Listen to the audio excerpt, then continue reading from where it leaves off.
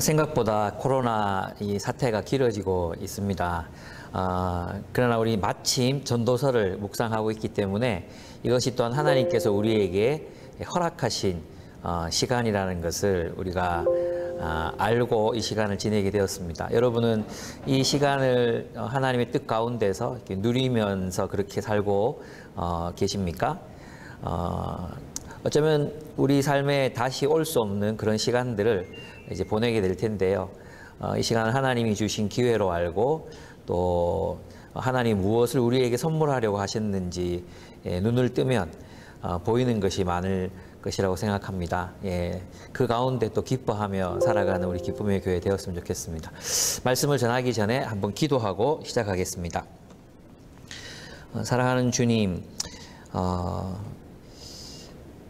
주님의 사랑과 은혜를 감사드립니다. 이 세상 모든 역사와 또 상황들을 주관하시는 주님이심을 믿습니다. 코로나 사태가 우리의 예상과 달리 또 길어지고 있습니다. 하나님께서 참 이 시간을 우리에게 허락하셨습니다. 개인적으로도 또 공동체로도 이 시간을 버티고 견디고 또 누리며 살아야 하는데 하나님께서 이 시간 잘 보낼 수 있도록 우리에게 지혜를 더하시고 또 우리의 마음에 평화를 더하여 주시옵기를 간절히 빌고 원합니다. 다행히 확진자의 수가 점점 줄어들고 있음에 감사를 드립니다. 속히 이 사태가 안정이 되게 해주시고 또 이단 신천지의 세력들이 근원부터 다 발본 참 되어서 좀 사람들로부터 잊혀지고 또 사라지는 이단이 될 수 있도록 하나님께서 역사해 주시기를 간구합니다. 또한 하나님 이후에 코로나 이후에 우리의 선교적인 환경이 굉장히 어두워질 것 같습니다. 하나님께서 우리와 함께 해주셔서 또 우리가 길을 찾게 해주시고 또 이 땅의 다음 세대와 젊은이들 또 복음을 알지 못하는 사람들을 향해 나아가고 또 그들이 돌아올 길을 내는 우리 교회가 될 수 있도록 하나님께서 은혜를 더하여 주시옵소서. 이제 주의 말씀을 듣습니다. 함께 우리 전도서의 말씀을 또 나눌 때 이 말씀을 통해 우리에게 말씀해 주시고 또 우리가 이 말씀을 따라 살아갈 수 있도록 우리의 귀를 열어주시기를 원합니다. 함께해 주시기를 원하며 예수 그리스도의 이름으로 기도드렸습니다. 아멘. 본문을 한번 읽도록 하겠습니다. 전도서 7장 15절에서 29절 말씀입니다. 전도서 7장 15절에서 29절 말씀입니다. 제가 읽도록 하겠습니다. 헛된 세월을 사는 동안에 나는 두 가지를 다 보았다. 의롭게 살다가 망하는 의인이 있는가 하면 악한 채로 오래 사는 악인도 있더라. 그러니 너무 의롭게 살지도 말고 너무 슬기롭게 살지도 말아라. 왜 스스로를 망치려 하는가? 너무 악하게 살지도 말고 너무 어리석게 살지도 말아라. 왜 제 명도 다 못 채우고 죽으려고 하는가? 하나를 붙잡되 다른 것도 놓치지 않는 것이 좋다. 하나님을 두려워하는 사람은 극단을 피한다. 지혜는 슬기로운 한 사람을 성읍을 다스리는 통치자 10명보다 더 강하게 만든다. 좋은 일만 하고 잘못을 전혀 저지르지 않는 의인은 이 세상에 하나도 없다.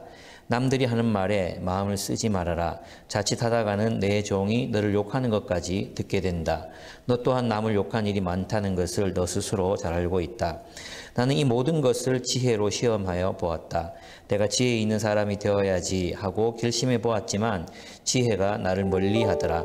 지혜라는 것이 무엇인지 너무도 멀고 깊으니 누가 그것을 알 수 있겠는가? 그래도 나는 한 곳으로만 정신을 쏟아보았다.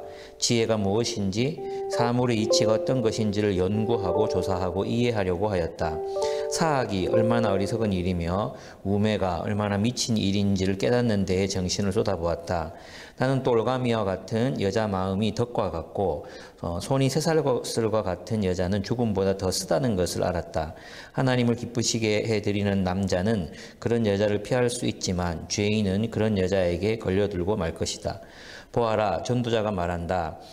내가 깨달은 것은 이것이다. 사물의 이치를 하나씩 하나씩 찾아가는데 아직도 얻지 못하였지만 다만 찾으면서 깨달은 것은 오로지 1000명 가운데서 남자 하나는 찾을 수 있어도 1000명 가운데서 여자 하나는 찾지 못한다는 것이다. 그렇다. 다만 내가 깨달은 것은 이것이다. 하나님은 우리 사람을 평범하고 단순하게 만드셨지만 우리가 우리 자신을 복잡하게 만들어버렸다는 것이다. 아멘. 오늘 말씀의 제목은 구부러진 세상을 사는 지혜라고 붙여봤습니다. 구부러진 세상을 사는 지혜입니다. 우리가 살아가는 세상은 하나님이 창조하신 본래 그대로의 세상이 아닙니다. 이 세계는 구부러져 있습니다. 13절에 보면 하나님이 하시는 일을 생각해 보라. 하나님이 구부려 놓으신 것을 누가 펼 수 있겠는가? 15절 앞에 바로 13절이 놓여 있습니다. 이 세계는 구부려져 있다는 것입니다. 원래 사람들은 단순하고 평범하게 창조되었습니다. 오늘 본문 29절에 보면은 하나님은 우리를 평범하고 단순하게 만드셨지만 그렇게 되어 있습니다.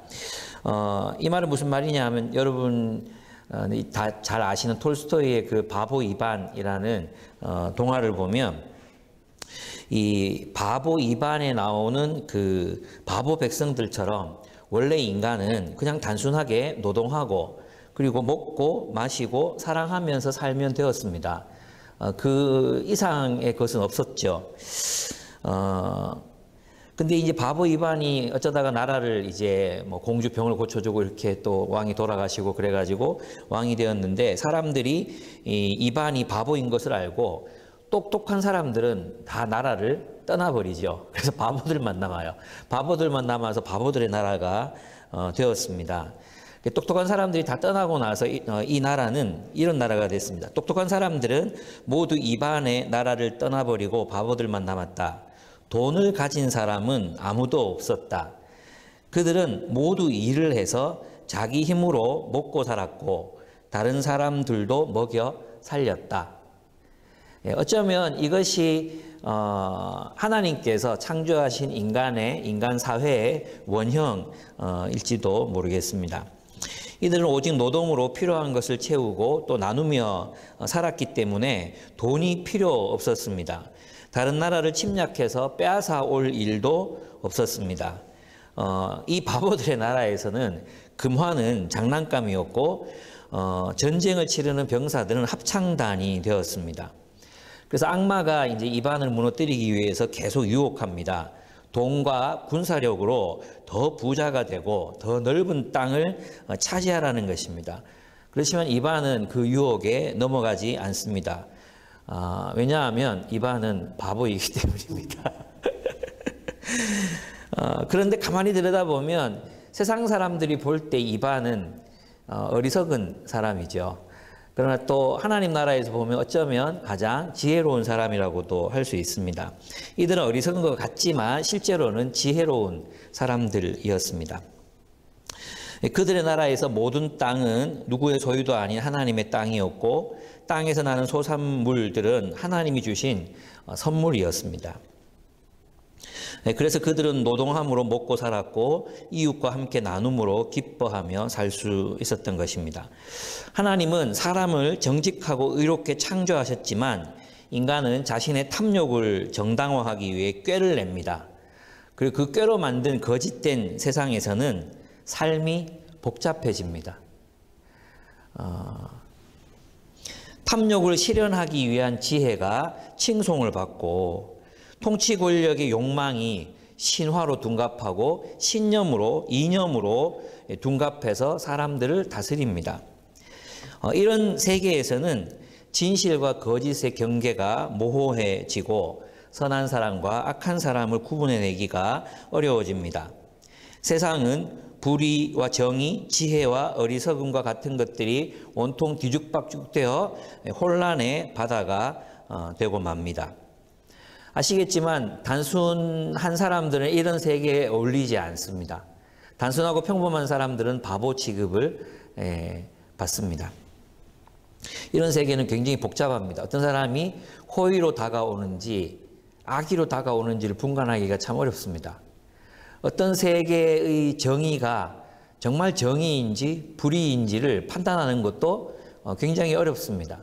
불의를 응징한다고 또 폭력을 동원하다 보면 그 정의가 또 곧 불의로 변화되고 만다는 것도 알 수 있습니다.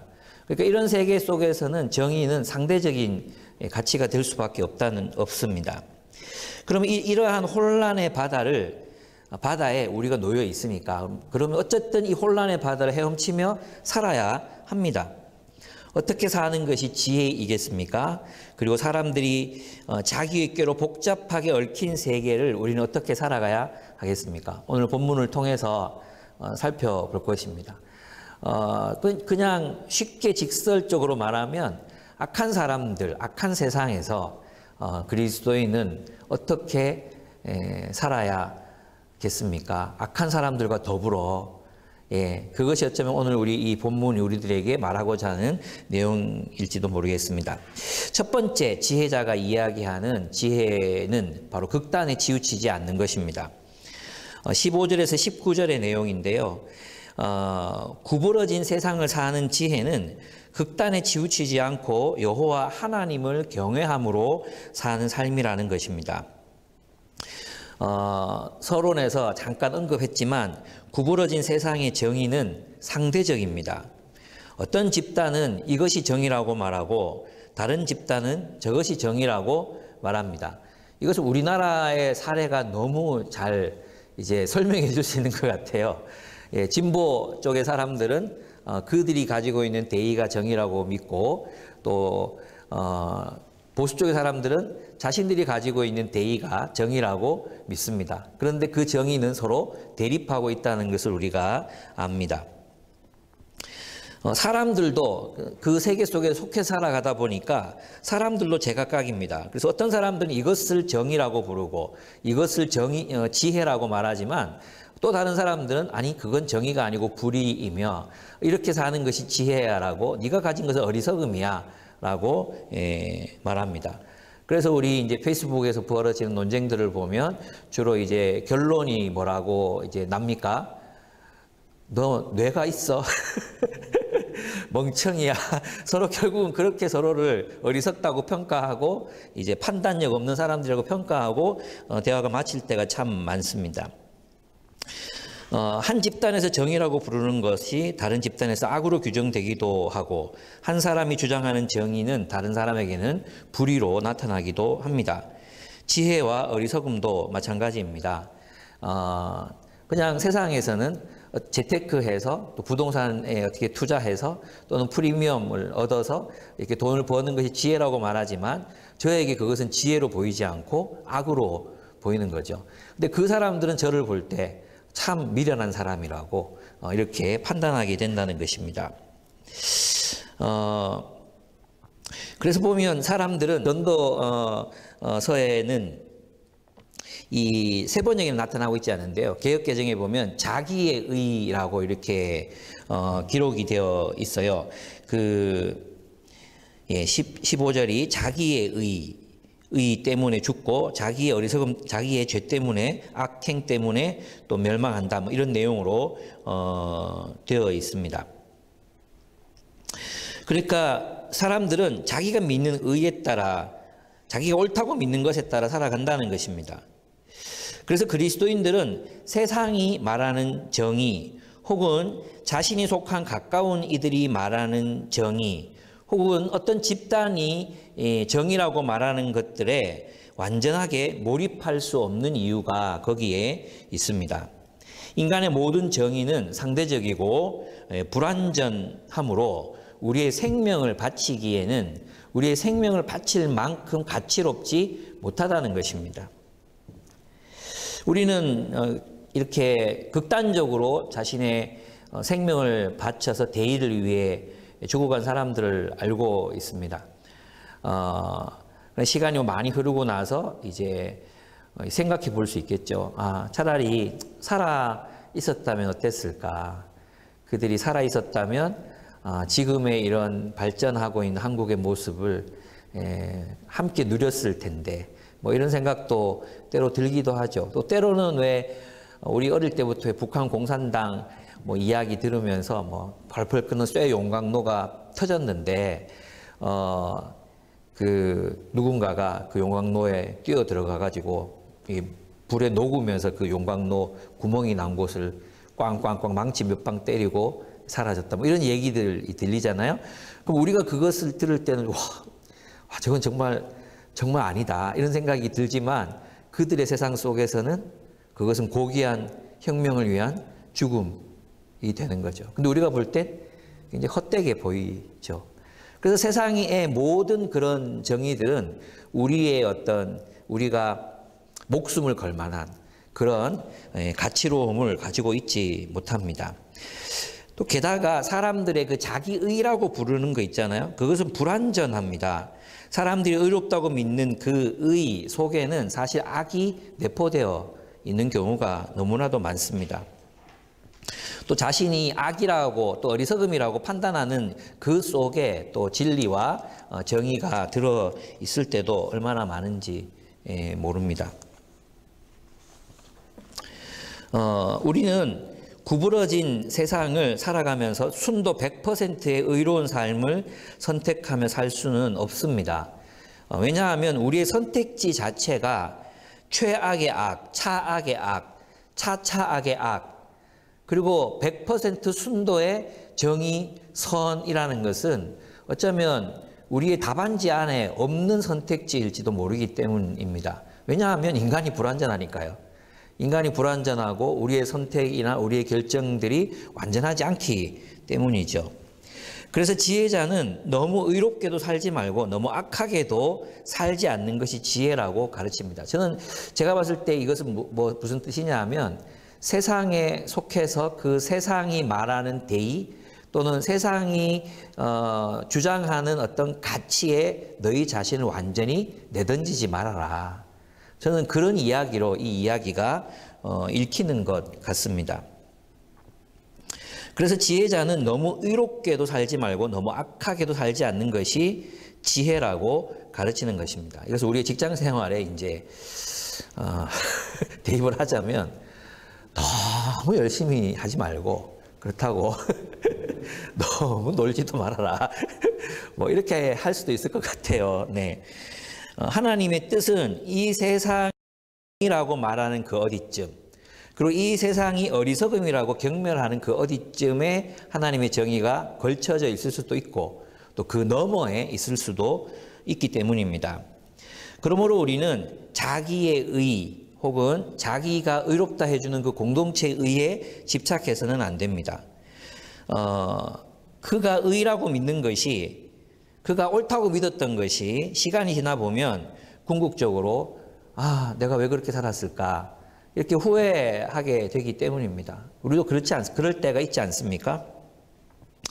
그래서 이제 이것도 붙잡고 저것도 놓치지 말아야 한다는 지혜자의 조언은 그냥 대충 살아라 이런 뜻이 아닙니다. 세상이 구부러져 있고 그 속에 정의와 또 지혜라는 그런 것들도 다 구부러져 있다면 그러면 우리는 어떻게 살아야 하는가? 이 코헬렛의 대답은 여호와를 경외하라는 것입니다. 여호와를 경외하는 사람은 지난 시간에 우리가 살펴봤지만 여호와를 경외하는 사람은 여호와의 말씀을 듣습니다. 거대 담론적인 정의가 아니라 하나님께서 말씀하시는 우리의 삶의 상황 속에서 그 상황에 대한 책임을 다하며 살아가는 삶, 하나님의 뜻대로 우리에게 주어진 상황들에 책임을 다하며 살아가는 삶, 어쩌면 그것을 이제 말하고 있는지도 모르겠습니다. 이것도 붙잡고 저것도 놓치지 말아야 한다는 것은 우리는 세상에 일부 속해 있는 정의도 붙잡아야 하고 저것도 놓치지 말아야 한다는 것은 이 세상이 악하다는 사실, 구부러져 있다는 그 사실을 인정하고 받아들이면서 현실적인 삶, 현실적으로 하나님을 경외하는 삶을 살아야 한다는 뜻이겠죠. 마치 이 세상이 구부러져 있지 않은 것처럼 이상적인 정의, 이상적인 어떤 올바름만으로는 세상의 정의를 구현할 수 없기 때문이죠. 저는 이것이 이제 바리새인과 예수님의 삶을 비교해 보면 나타난다고 생각합니다. 바리새인들은 자기의 의를 지나치게 주장했습니다. 자기들이 옳다고 믿었습니다. 여러분 우리가 아시겠지만 바리새인들은 지나치게 의로웠습니다. 지나치게 의로웠기 때문에 파괴된 것이 바로 의였습니다. 의. 그들이 지나치게 의로움으로 의가 파괴됐어요. 이것을 우리가 안다면 예수님이 그러면 어떻게 했는가? 예수님의 지혜, 이제 많은 분들이 예수님을 구원자로만 인식하잖아요. 그런데 성경에 이제 마태복음이나 이런 곳에서는 예수님을 지혜자로 바라봐요. 지혜자. 그래서 이제 예수님께서는 그 당시 유대인들이 가지고 있었던 선이해, 선지식, 그죠? 그들이 의롭다고 믿었던 그런 보편적인 상식에 전도서의 지혜자처럼 도전해요. 그게 예수님의 또 다른 모습이거든요. 그래서 이제 성경에 보면 예수님께서는 죄인들을 환대하십니다. 그죠? 바리새인들의 의는 죄인들을 멀리해야 되잖아요. 악인들을 멀리해야 되는데 죄인들을 환대하시고 그들의 친구가 되시고 안식일 규례를 위반하시고 때로는 죽은 자를 만지시고 문둥병자를 손을 대어 고치십니다. 그래서 유대인들의 정결 규례를 깨뜨리십니다. 이러한 모습들이 바로 예수님의 그 지혜자로의 모습이 나타납니다. 그분은 바리새인들이 의라고 생각했던 것들을 위반하심으로 바리새인들의 세계에서 악인이 되셨습니다. 그렇다고 예수님께서 죄인들의 길을 걸으신 것은 아니었습니다. 그분은 죄인들의 친구가 되셨지 죄인의 길을 걸으시지는 않으셨다는 것입니다. 저는 예수님에게서 그 중용을 봅니다. 중용. 여호와를 경외함으로 두 극단을 피하시고 하나님의 뜻을 행하셨습니다. 그 어느 극단에도 속하지 않으시고 어느 극단에도 속하지 않으신 채로 그분은 자유롭게 하나님의 뜻을 구현해 내셨습니다. 저는 이것이 그리스도인의 자유에 속한다고 생각합니다. 극단적인 의를 추구하지 말라, 극단적인 악을 추구하지 말라는 것은 곧 하나님의 뜻대로 자유롭게 의를 행하는 사람이 되라, 이런 의미인 것이죠. 그래서 극단에 치우치지 말고 여호와를 경외하라는 지혜자의 권면은 우리 안에 있는 의와 지혜라고 생각하는 것들을, 또 우리가 어리석고 악하다고 생각하는 그 기준들을 하나님의 말씀으로 평가해봐라, 이런 도전을 우리에게 던지는 것입니다.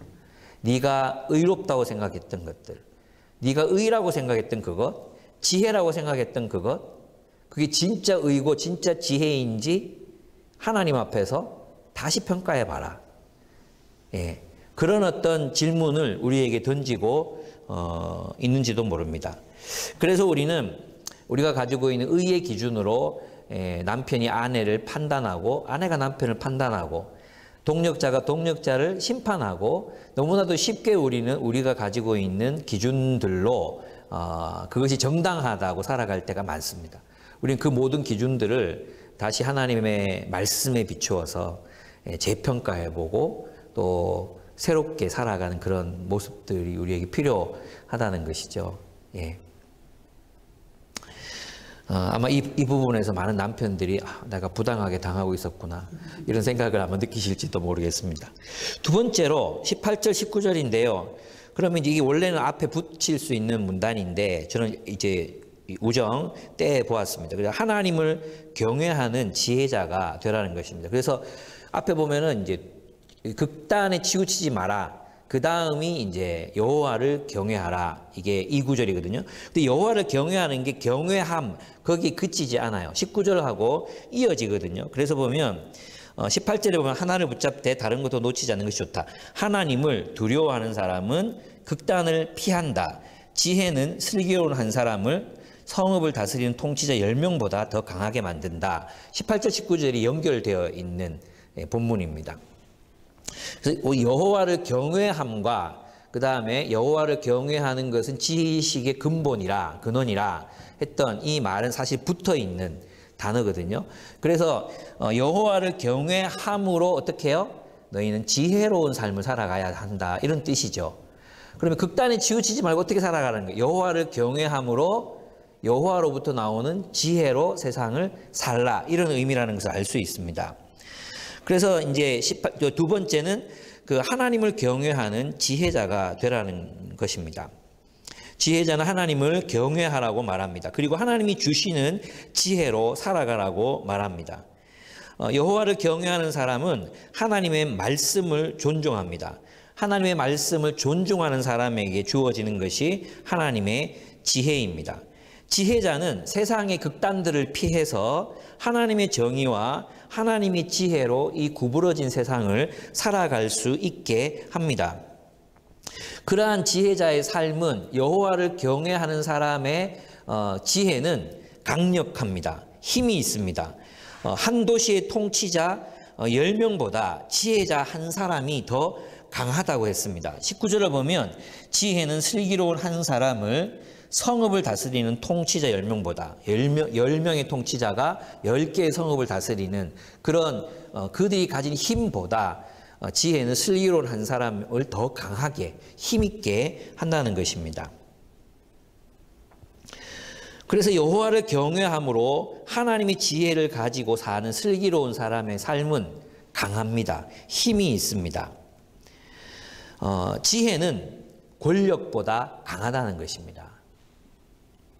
그래서 예수님께서 이 땅에 오셔서 사람들을 풍요롭게 만드신 방식을 보면 그분은 권력을 휘두르지 않으셨습니다.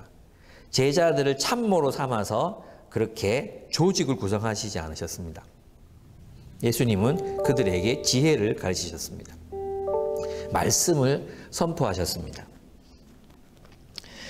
한 도시를 다스리는 통치자의 권력은 어느 도시를 풍요롭게 하기도 하고 또 안전하게 만들기도 하고 또는 그 반대가 되게 하기도 합니다.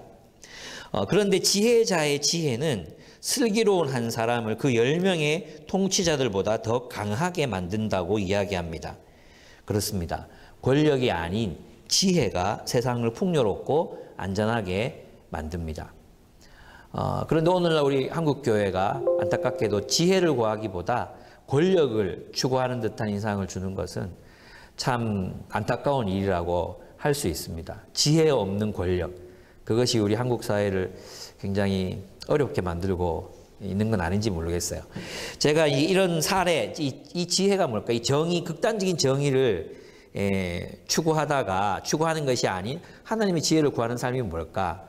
제가 정호승 씨의 시를 읽으면서 거기서 이제 한 시를 발견했어요. 벽이라는 시인데요. 제가 한번 읽어 드리겠습니다. 나는 이제 벽을 부수지 않는다. 따스하게 오르만질 뿐이다. 벽이 물렁물렁해질 때까지 오르만지다가 마냥 조용히 웃을 뿐이다. 웃다가 벽 속으로 걸어갈 뿐이다.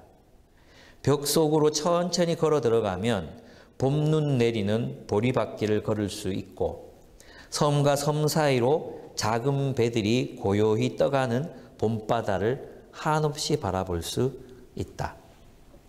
나는 한때 벽 속에는 벽만 있는 줄 알았다. 나는 한때 벽 속의 벽까지 부수려고 망치를 들었다. 망치로 벽을 내리칠 때마다 오히려 내가 벽이 되었다.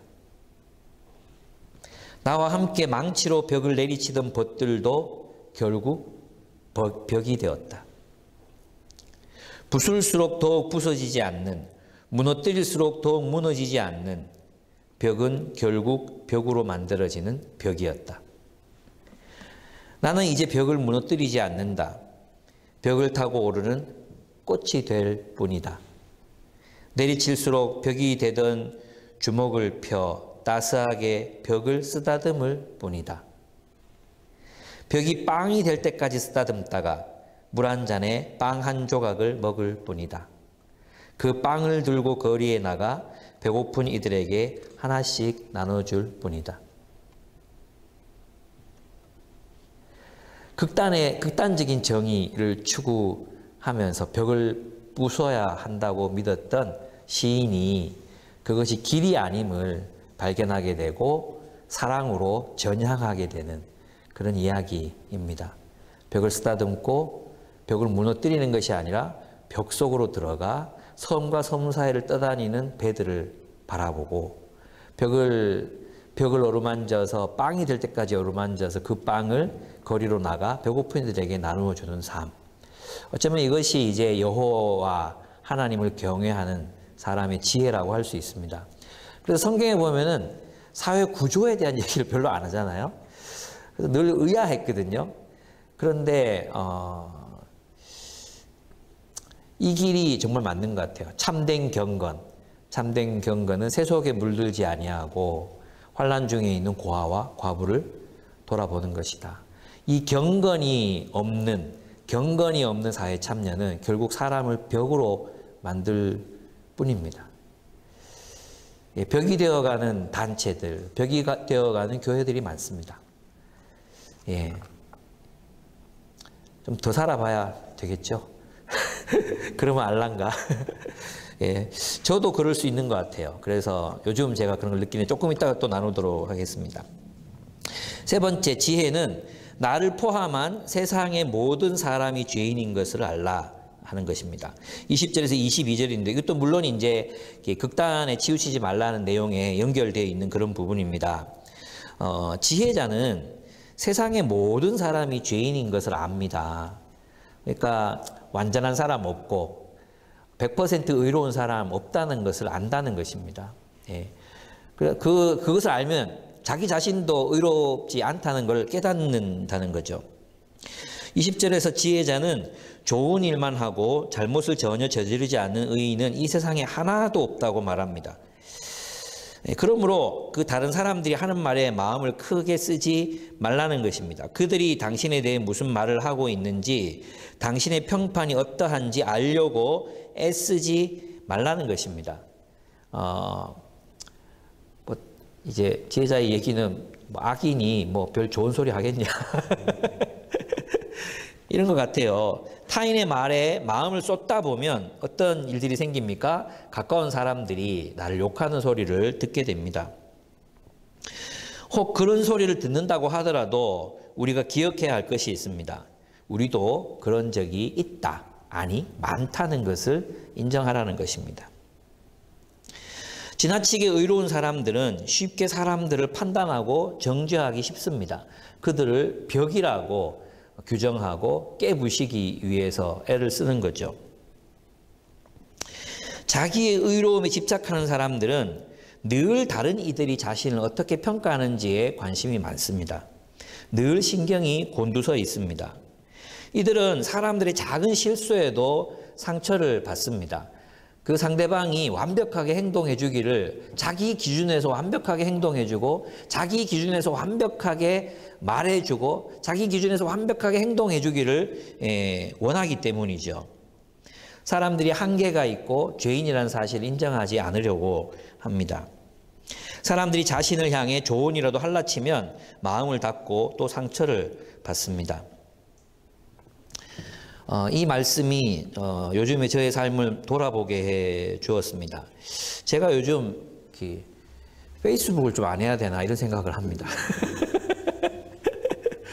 자꾸 벽을 만나고 벽을 부수려고 하다 보니까 동기는 선하더라도 이게 내 마음이 되게 뾰족해져 있는 거예요. 뾰족해져 있더라고요.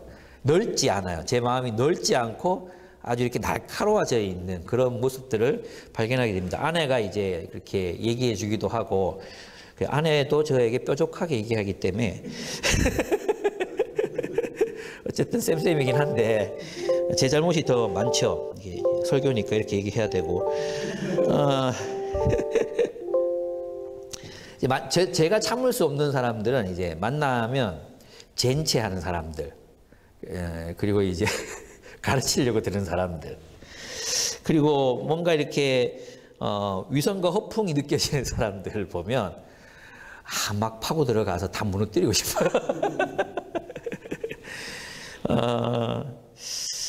여러분 중에도 저 같은 분들이 많으실 거라고 생각합니다.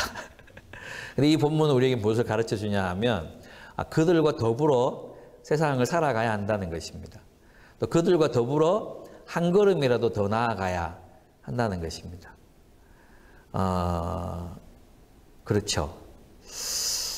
그래서 제 말에 대해서 좀 많이 반성해 보는 그런 시간이 되었던 것 같아요. 세상의 모든 사람이 죄인이고 자신도 죄인이라는 것은 결국 이제 우리 마음속에서 긍휼이라는 마음을 불러일으키게 합니다. 나도 그래요. 이랬죠. 나도 그래요. 나를 포함한 세상의 모든 사람이 죄인이고 그 죄인들이 모여서 살아가는 세상을 우리는 살아내야 합니다. 그래서 혼자서 막 너무 의롭다고 고립되는 것은 성경이 말하는 그런 그리스도인의 삶이 아닙니다. 또 나랑 생각이 다르다고 또 좀 고리타분한 생각을 가졌다고 해서 우리가 막 그렇게 뾰족해져 가지고 날선 공격을 해대는 그런 사람이 되는 것도 우리는 피해야 합니다. 네 번째 23절에서 24절입니다. 그러면 이 구부러진 세상을 살아갈 때 우리가 또 지혜로운 삶은 어떤 것이냐. 네 번째, 지혜를 구하기가 참 어렵다는 사실을 아는 것. 그것이 지혜라는 것입니다. 이게 지혜예요. 지혜가 뭐냐 하면 지혜는 구하면 구할수록 멀어져 가고 찾았다고 생각하면 그게 답이 아니게 되는 게 지혜라는 거예요. 그걸 아는 것, 그게 지혜다. 이걸 알아야 돼요. 지혜자가 되려고 하면 할수록 지혜를 얻기가 어려웠다고 말합니다. 23절에 보면 나는 이 모든 것을 지혜로 시험해 보았다. 내가 지혜 있는 사람이 되어야지 하고 결심해 보았지만 지혜가 나를 멀리하더라. 지혜라는 것이 무엇인지 너무도 멀고 깊으니 누가 그것을 알 수 있겠는가 이렇게 이야기합니다. 근데 이 이야기는 사실 이제 잠언의 역설적인 패러디입니다. 잠언에서는 지혜를 오만 곳에서 다 구할 수 있다고 말합니다. 거리에서, 광장에서, 성문 어귀에서 지혜가 외치는 소리가 들리지 않느냐? 너희가 귀만 기울이면 그 지혜를 얻을 수 있다. 그랬는데 이 전도자는 아니 내가 정말 열심히 찾아봤는데 지혜는 찾으면 찾을수록 보이지 않더라. 이게 이제 전도자의 결론인 것처럼 보입니다. 전도서의 지혜자는 이렇게 말합니다. 지혜를 찾기가 쉽다고 누가 그래? 내가 해봤는데 지혜는 찾으면 찾을수록 요원해지는 것이 지혜였어. 내가 답이라고 생각한 순간 그게 답이 아니더라고. 이게 지혜라고 생각했는데 그게 어리석음이더라고. 이게 이제 지혜자가 이제 우리들에게 말해주는 거죠. 이게 지혜라는 것입니다. 지혜롭게 되기가 참으로 어렵고 참된 지혜를 발견하는 것이 너무 어렵다는 것을 아는 것, 바로 이것이 지혜입니다.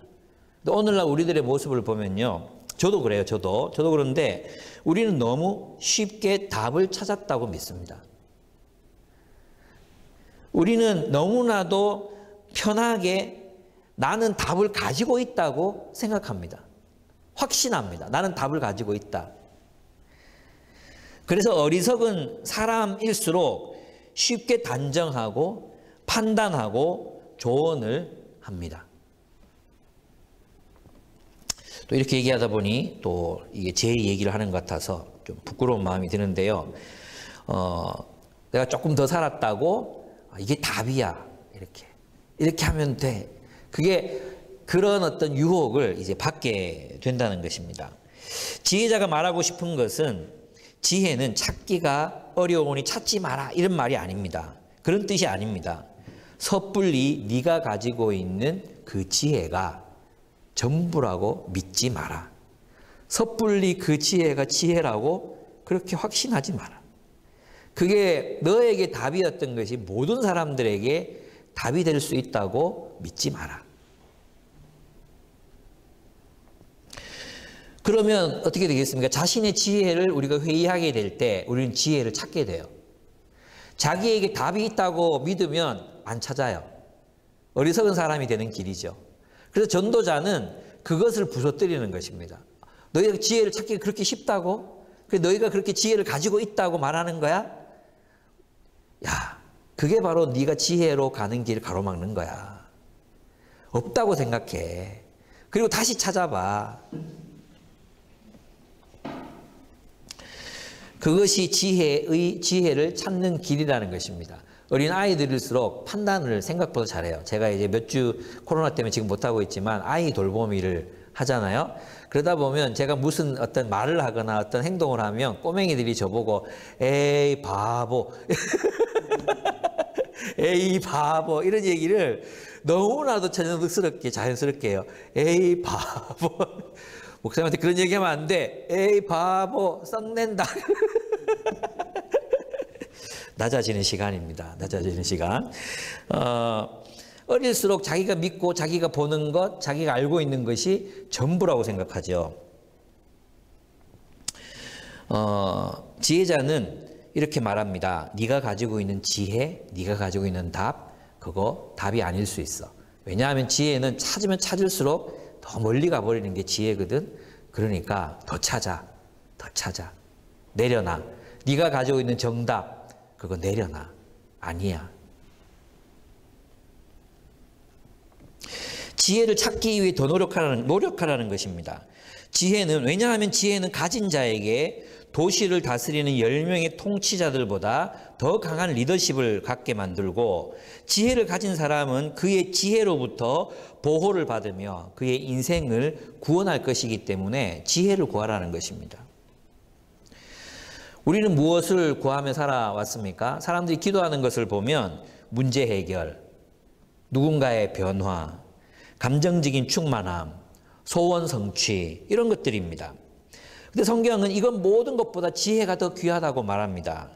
지혜는 우리가 당면한 문제들에 대한 해결책을 마련해 줄 것입니다. 지혜는 누군가의 변화를 돕기 위해 우리가 해야 할 일들에 대한 조언을 들려줄 것입니다. 지혜를 얻는 사람의 마음은 기쁨으로 가득 차게 될 것입니다.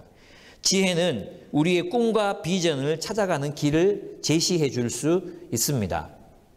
근데 우리는 지혜를 구하지 않고 그냥 하늘에서부터 떨어지는 빵 조각만 구하고 있습니다. 답을 이미 찾았다고 믿는 사람들은 지혜를 찾지 않을 것입니다. 그들은 미련하고 어리석은 상태로 남아있게 될 것입니다. 그러나 지혜를 찾는 것은 매우 어렵다는 것을 인정한다면 우리는 다시 잠언으로 돌아갈 수 있습니다.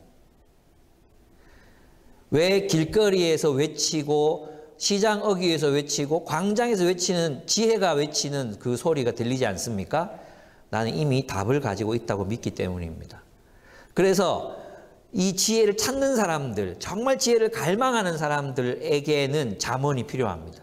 잠언으로 돌아가서 거리에서, 광장에서, 시장 어귀에서, 성문에서 지혜를 찾게 될 수 있습니다.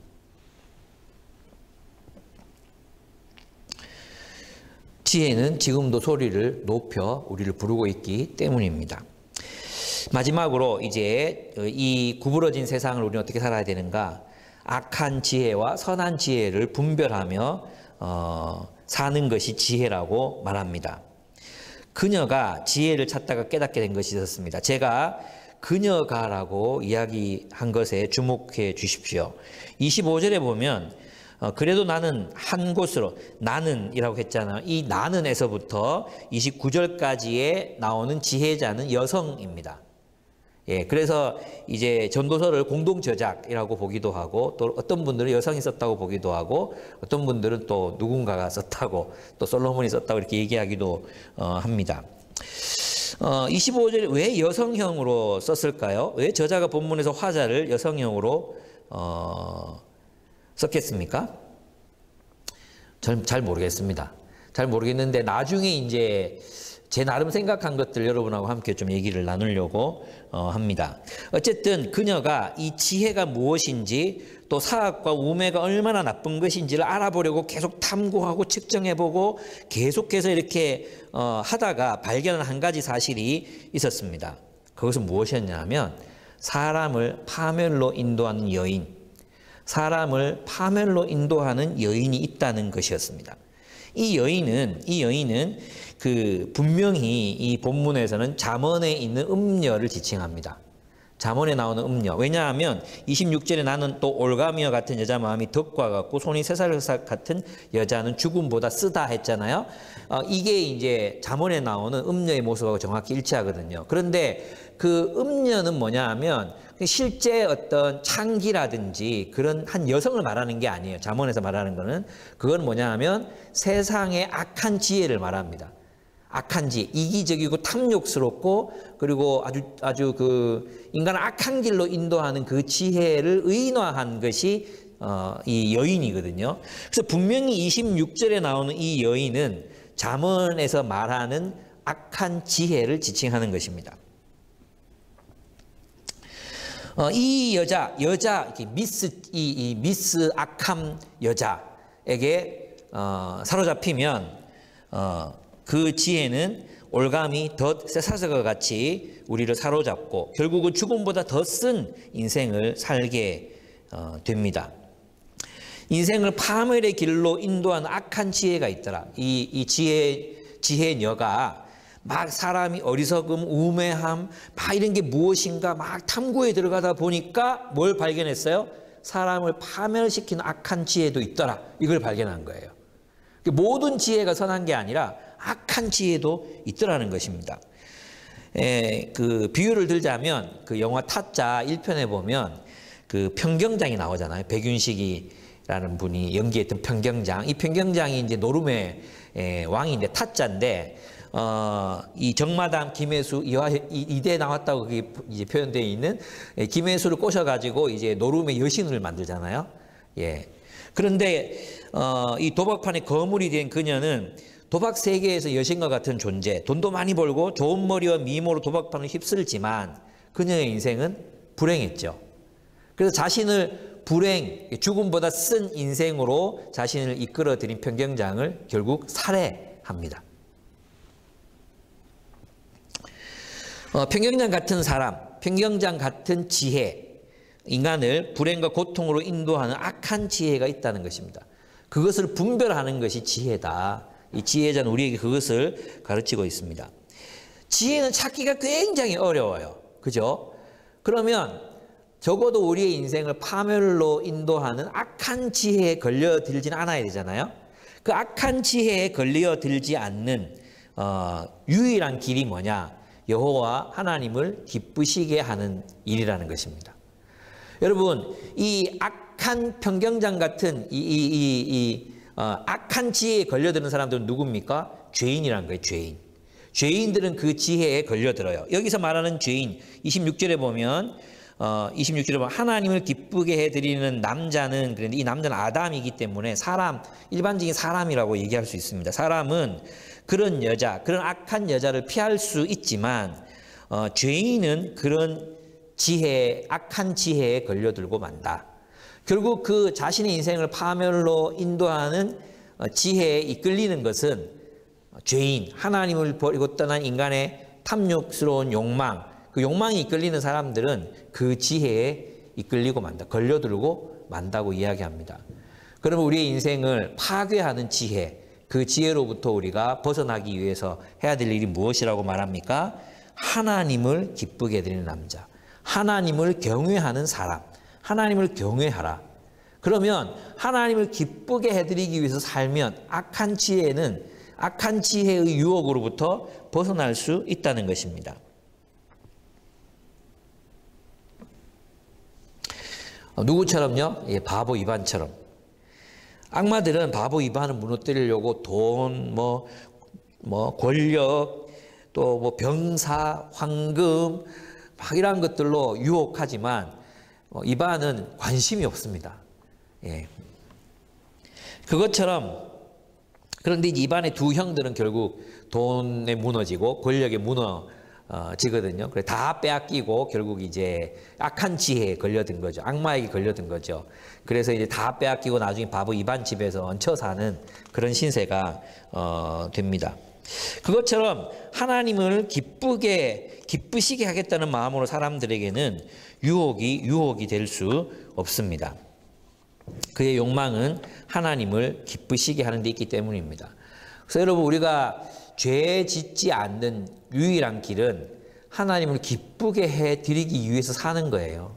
예, 매사 시험하라 그랬잖아요. 늘 우리는 내 인생으로, 내 삶으로 어떻게 하나님을 좀 기쁘게 해드릴 수 있을까? 이 코로나 이 사태 속에서도 내가 어떻게 하나님을 기쁘게 하는 삶을 살아갈 수 있을까? 그것이 우리의 유일한 초점이 되어야 돼, 초점. 근데 이제 우리가 하나님을 기쁘게 해드려야 되겠더니 욕망이 없잖아, 욕망.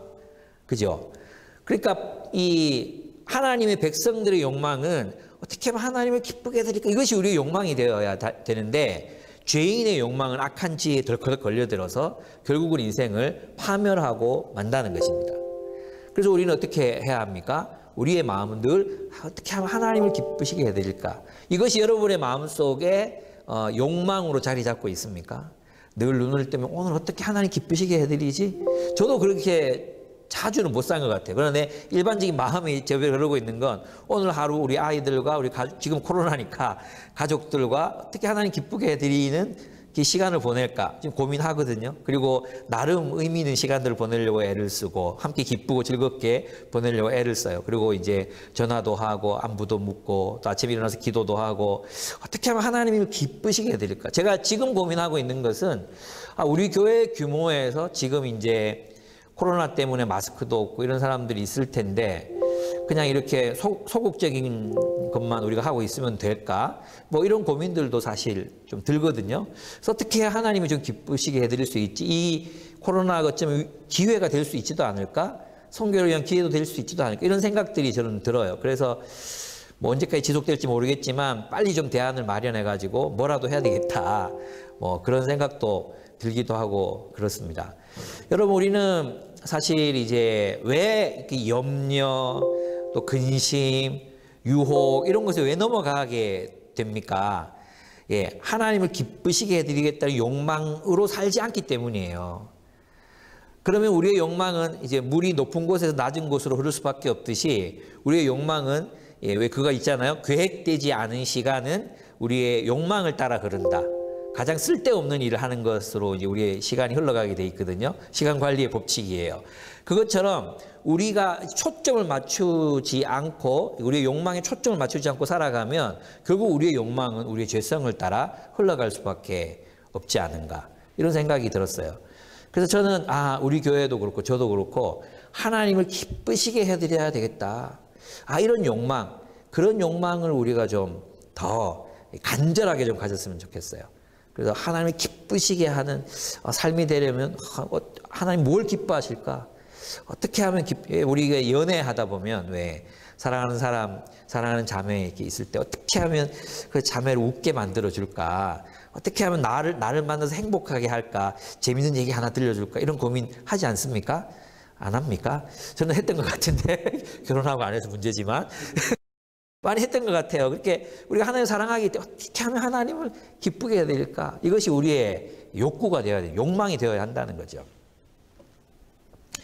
그렇습니다.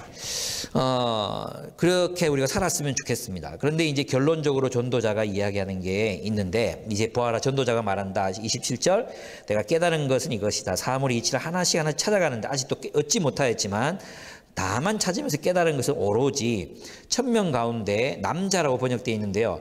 1000명 가운데 사람 하나는 찾을 수 있어도 1000명의 사람들 가운데 여자 하나는 찾지 못한다는 것이다. 이렇게 이야기를 하고 있어요. 이것은 이제 왜 뜬금없이 여자를 못 찾는다고 얘기할까 그런 생각이 들잖아요.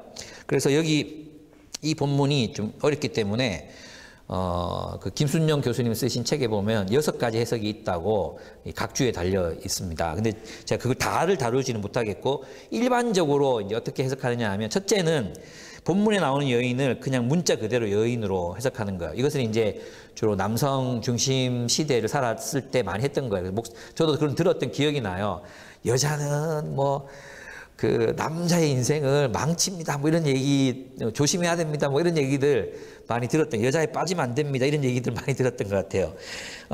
문자 그대로 여인으로 보는 것입니다. 그런데 그렇게 해석하면 1000명의 남자 중에 한 사람의 정직하고 의로운 사람 혹은 지혜로운 사람 찾을 수 있었지만 여성들 중에 1000명 중에는 없었다 이렇게 되는데, 근데 이런 해석은 아무리 봐도 이 지혜자가 말할 수 있는 그런 종류의 말은 아니에요. 여기서는 계속해서 어떤 그런 회의적인 이야기들, 그죠? 우리가 기반하고 있는 철학적이고 그런 신념의 그런 토대들을 자꾸 무너뜨리는데 기존의 가치관을 또 갖고 와서 이렇게 얘기하지는 않았을 것 같아요.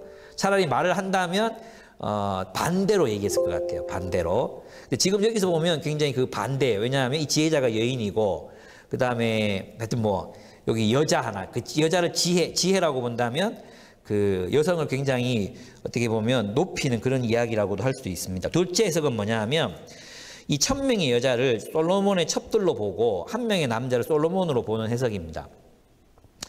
그러니까 지혜로운 남자는 솔로몬이니까 솔로몬 한 명 있는 거죠. 이게 솔로몬의 패러디니까, 그래 그 솔로몬과 주변의 여자들을 생각할 때 솔로몬 남자 한 명이고 1000명의 여자들 중에 다 솔로몬을 어리석은 길, 또 죄악의 길, 우상의 길로 이끌었으니까 그 1000명의 여자 중에 아무도 없었다. 솔로몬의 권력은 무상하다, 헛되다, 이걸 비판하는 것이라고 얘기하는 사람들도 있습니다.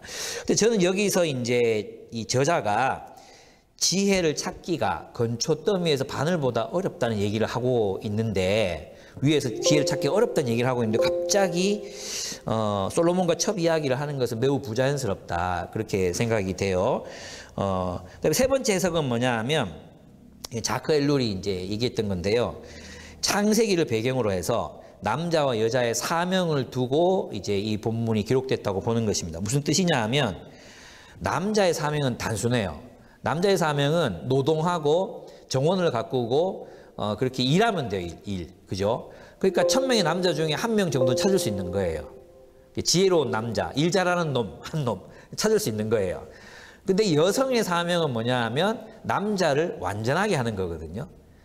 돕는 배필, 그랬을 때 그 일을 돕는다는 뜻이 아니라 존재를 돕는다는 뜻이에요. 원래 의미가 남성의 존재를 돕는다는 뜻이거든요. 그러니까 남자의 일은 굉장히 단순하지만 여성의 일은 인간을 이해하고 인간을 보완하고 이렇게 세우는 일이잖아요. 그러니까 이제 이게 굉장히 어렵잖아. 그래서 1000명의 여자 중에도 찾기가 어려웠다, 이렇게 이제 보는 관점도 있어요. 어쨌든 그런 지혜를 찾기가 어렵다, 이렇게 보는 분들도 있습니다. 이것도 제가 볼 때는 좀 비약이 필요한 그런 내용입니다. 두 개가 더 있는데 빼고 이제 제가 지지하는 해석을 여러분에게 들려드리면, 이것은 저만의 생각이 아니라 김순영 교수님도 일부 동의하시고, 그다음에 바르톨로미오, 그 성경은 뭐 철학 두꺼운 책도 내셨고, 성경은 이야기단가? 하여튼 그 성경은 이야기단가? 하여튼 그 책을 내신 분이 있습니다. 하나님 나라 이야기인데 그 책을 내신 분이 있습니다. 그분은 이 여인을 이제 잠언에서 말하는 나를 찾으라고 이야기하는 지혜. 거기서 지혜가 부른다 했을 때 여성이거든요. 지혜라는 여성이 부른다. 원래 그런 의미거든요. 그래서 이 본문은 여인이라고 번역된 이 단어가 바로 지혜다.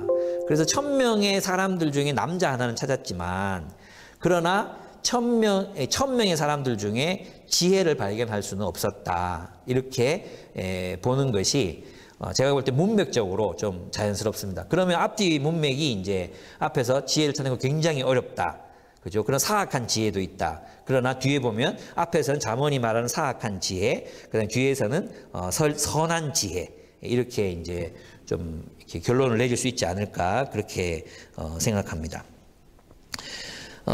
그렇습니다.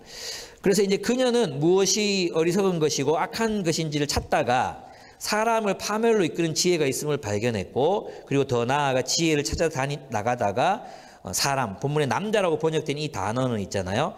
이쉬라는 그런 남성을 얘기하는 게 아니고 아담이라는 사람을 이야기합니다. 사람, 보편적인 인간으로서의 사람을 말합니다.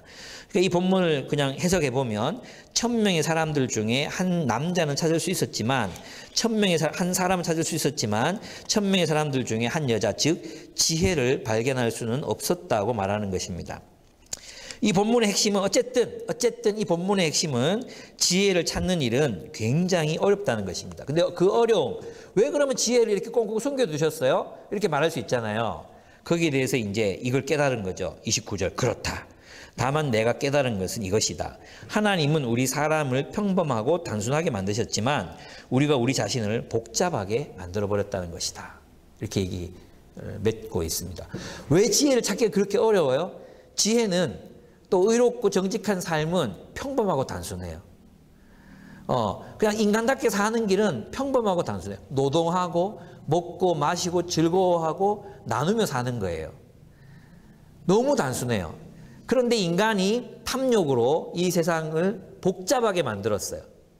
자신의 탐욕을 정당화하고 자신의 폭력적인 권력을 정당화하기 위해서 신화, 이념, 법 이런 것들로 세상이 너무 복잡해졌어요. 그 복잡한 세상에서 우리가 참된 지혜를 발견하고 살아가는 것은 어려운 일이 되었다는 것입니다. 여러분, 성숙이 무엇인지 아십니까? 성숙은 단순한 사람이 되어가는 것입니다. 단순하고 평범한 사람이 되어가는 것입니다. 그래서 수도사들을 보면 참 어린아이 같습니다. 복잡하지 않습니다. 예면 예, 아니면 아니요. 좋으면 좋고 싫으면 싫고 단순합니다. 그게 우리 어떤 인간의 모습인데 우리가 이 구부러진 세상을 살다 보니까 저 사람이 저렇게 말하는 건 무슨 뜻일까? 한 번 더 생각해야 되고 저건 하라는 거야, 말라는 거야. 밥을 먹으라는 거야, 말라는 거야. 우리 이런 게 너무 많잖아요. 그 사람이 나한테 뭔가 제스처를 탁 취했을 때 그게 그냥 A면 A라고 받아들이면 참 좋은데 눈치도 없냐 너는 뭐 눈치도 없냐 이런 얘기들을 우리 너무 많이 듣잖아요. 그게 이제 이 세상이 구부러진 것이라는 거죠. 근데 성숙하게 되면 단순해집니다. 단순하고 평범해지는 것입니다. 물론 그렇다고 해서 어떤 그 사람이 어떤 지혜가 없는 게 아니에요. 그러나 그의 삶을 보면 지극히 평범하고 단순함을 추구하는 삶이 되는 거죠. 그래서 있잖아요. 어떤 사람이 자기 행위를 가지고 계속 뭔가 장황한 설명을 해야 되잖아요. 그죠? 그럼 그건 분명히 죄예요. 예. 막 설명을 해야 돼. 막 그 논리가 막 동원돼야 되고 막 이러면은 죄일 경우가 많아요. 저도 이제 어제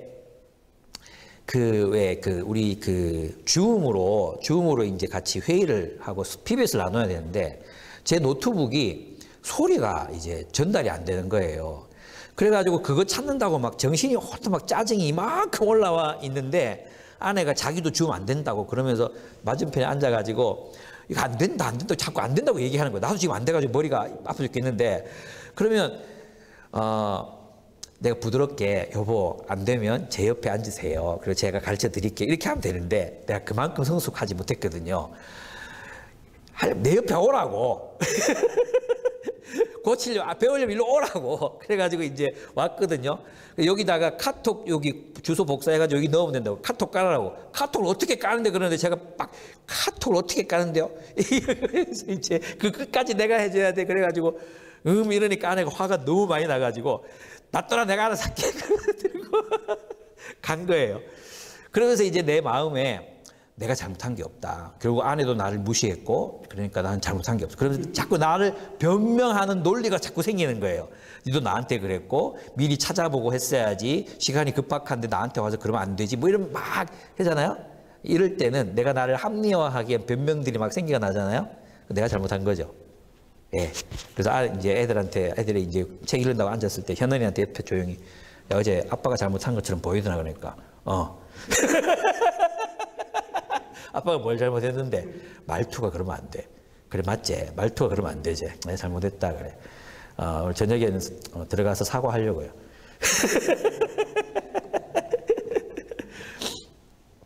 여러분 하나님은 우리를 굉장히 평범하고 단순하게 만드셨습니다. 그래서 누가 우리 보고 단순하다 그러면 칭찬인 줄 아십시오. 예. 우리는 평범하고 단순한 것에 지혜가 있고 바보 이반. 정말 바보 같지만 정말 지혜로운 사람이 이반이잖아요. 또 이반과 그 사람 똑똑한 사람들 다 도망가고 남아있는 사람들. 어쩜 우리들일지도 몰라요. 예. 그런 의미에서 보면 신천지는 분명히 이단이에요. 예. 단순하지가 않아요. 너무 복잡해요. 숨기고, 그죠? 예, 그런 건 다 진리가 아니에요. 우리의 삶도 좀 그랬으면 좋겠어요. 여러분도 그런 것 같아요. 예, 여러분도 정말 진실한 사람, 또 어떻게 생각하면 그냥 하나님 말씀하시면 그냥 말씀대로 살고, 예, 그게 막 복잡해지는 게 아니라 말씀을 따라 그냥 평범하게 진실하게 살아가는 우리들의 삶이 되면 참 좋겠습니다. 하나님을 경외하는 사람 한번 생각해 보십시오. 여러분들이 정말 이제 존경하는 사람들 있잖아요. 우리나라에서는 옛날에는 있었는데 자꾸 없어져 가지고 얘기하기도 그런데 예를 들면 지금 존경받는 교황 인격적으로 사상이 어떻든지 인격적으로 존경받잖아요. 왜 그렇습니까? 예, 단순함이 있거든요. 어린아이 같은 단순함. 아이들을 보고 활짝 웃고 환대하고 또 자기 손 끌어당기는 여자 때문에 넘어질 뻔했잖아요. 그래 화도 내고 화내고 다음날 또 공개적으로 사과하고 어쩌면 그런 어떤 인간적인 삶이죠. 또 권정생 씨 이런 분들만 봐도 복잡하지 않잖아요. 노동하고 일하고 복잡하지 않아요. 그런 어떤 정말 우리 저 위에 있는 이런 고수들을 보면 복잡하지 않습니다. 헨리 나우의 사상 이렇게 복잡하지만 살아가는 삶을 보면 굉장히 단순하고 평범한 일상을 살아갑니다. 그렇습니다. 우리도 그 평범함 속에서 또 지혜를 발견하고 또 인생의 깊이를 발견하고 그렇게 살아가는 우리의 삶이 됐으면 좋겠습니다. 정리하겠습니다. 우리는 구부러진 세상을 살아갑니다. 구부러진 세상에서는 정의도 지혜도 구부러져 있습니다. 그러므로 우리는 세상의 정의와 지혜에 극단적으로 치우치면 안 됩니다. 우리는 여호와를 경외함으로 참된 정의와 지혜를 따라 살아가야 합니다. 여호와를 경외함으로 그분이 말씀하시는 단순한 삶, 그게 뭡니까? 하나님 사랑하고 이웃 사랑하는 삶, 먹고 마시고 즐거워하고 함께 나누는 삶, 여호와를 경외하는 사람은 그러한 삶을 삽니다. 그러한 지혜를 가진 사람은 강합니다. 왜냐하면 그의 지혜는 공동체를, 이웃을 풍요롭게 만들기 때문입니다. 극단적인 정의에 헌신하는 것보다 우리는 이웃을 사랑함으로 그들의 삶 속에 녹아들고 벽을 어루만지고 그 벽이 빵이 되게 하고 그 벽 안에 있는 길을 발견하고 서로를 이어주고 사랑의 삶을 살아가는 것, 그것이 우리가 살아가야 할 지혜의 삶입니다. 그의 지혜는 공동체를 풍요롭게 합니다. 그리고 우리는 구부러진 세상에서 구부러진 사람들과 함께 살아가야 합니다. 그들이 죄인인 것을 인정하는 거죠. 완벽할 수 없다는 것을 아는 것. 그리고 나도 죄인이라는 사실을 알고 그들을 사랑하고 긍휼히 여기며 살아가는 것입니다. 그들을 친구 삼아 살아가는 것. 그것이 지혜라는 것입니다. 그리고 넷째, 지혜를 찾는 일은 대단히 어렵습니다. 그래서 우리는 겸손한 마음으로 우리가 지혜라고 믿고 있던 것들을 시험해 보아야 합니다. 그리고 참된 지혜를 찾기 위해서 애써야 합니다. 마지막으로 악한 지혜를 분별하고 여호와를 경외함으로 그가 명령하신 것들을 준행하며 살아갑시다. 죄인들은 악한 지혜에 걸려들어서 인생이 멸망하고 말지만 하나님을 기쁘시게 하는 사람들, 하나님을 기쁘시게 하려고 하는 사람들은 그 악한 지혜에 걸려 넘어지지 않습니다.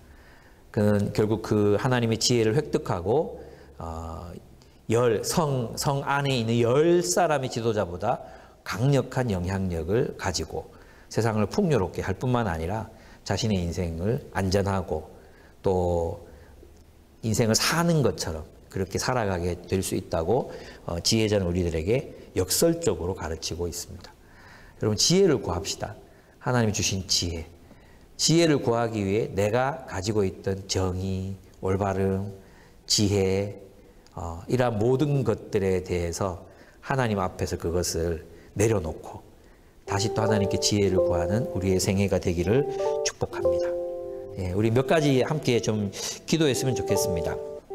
혹시 우리는 여호와를 경외함으로부터 나오는 사랑과 어떤 의가 아니라 자기 의로부터 비롯돼서 남을 판단하고 심판하고 쉽게 충고하고 답을 내고 우리의 그런 경박한 확신이 우리들에게 또 그런 것들로 살아오진 않았는지 우리 자신을 한번 돌아보면서 기도했으면 좋겠습니다. 그리고 우리가 나라를 의롭다 여기고 죄인을 용납하지 않고 쉽게 정죄하고 판단하고 그랬던 모습들이 있었다면 그것도 회개했으면 좋겠습니다. 또 내가 가지고 있는 게 답이라고 이제 믿어버리고 확신하고 늘 이제 배우려 하지 않고 그랬다면 그것도 우리가 또 주님 앞에 좀 용서를 구하고 하나님 배우겠습니다. 다시 내려놓고 또 지혜를 구하겠습니다. 이러한 또 우리가 되었으면 좋겠어요. 네, 또 악한 지혜에 끌리고 있었다면 하나님, 제가 하나님을 기쁘시게 하는 삶을 살아갈 수 있도록 도와주십시오. 매일매일 눈 뜰 때마다 하나님 내가 오늘 어떻게 당신을 기쁘시게 하리까? 이런 질문을 하는 내 생애가 되게 해주십시오. 그렇게 좀 함께 기도하겠습니다. 같이 기도하겠습니다. 사랑하는 하나님 아버지, 주님의 은혜를 감사드립니다. 아버지 하나님, 이 시간 주님 앞에 간구함으로 주님 앞에 나아가는 자가 될 수 있도록 인도하여 주시옵소서. 사랑하는 주님, 참 제 인생을 돌아보면 여전히 교만하고 여전히 자기 중심성에 사로잡혀 있고 마음은 넓지 못하며 하나님 뾰족하고 하나님 쉽게 사람들을 정죄하고 비판하며 하나님 그런 죄인의 모습이 내 안에 너무나 많습니다. 하나님 저를 용서해 주시고 아버지 하나님 정말 제게 넓은 마음과 너그러운 마음을 허락하시며 하나님께서 원하시는 친절과 또 사랑과 헌신으로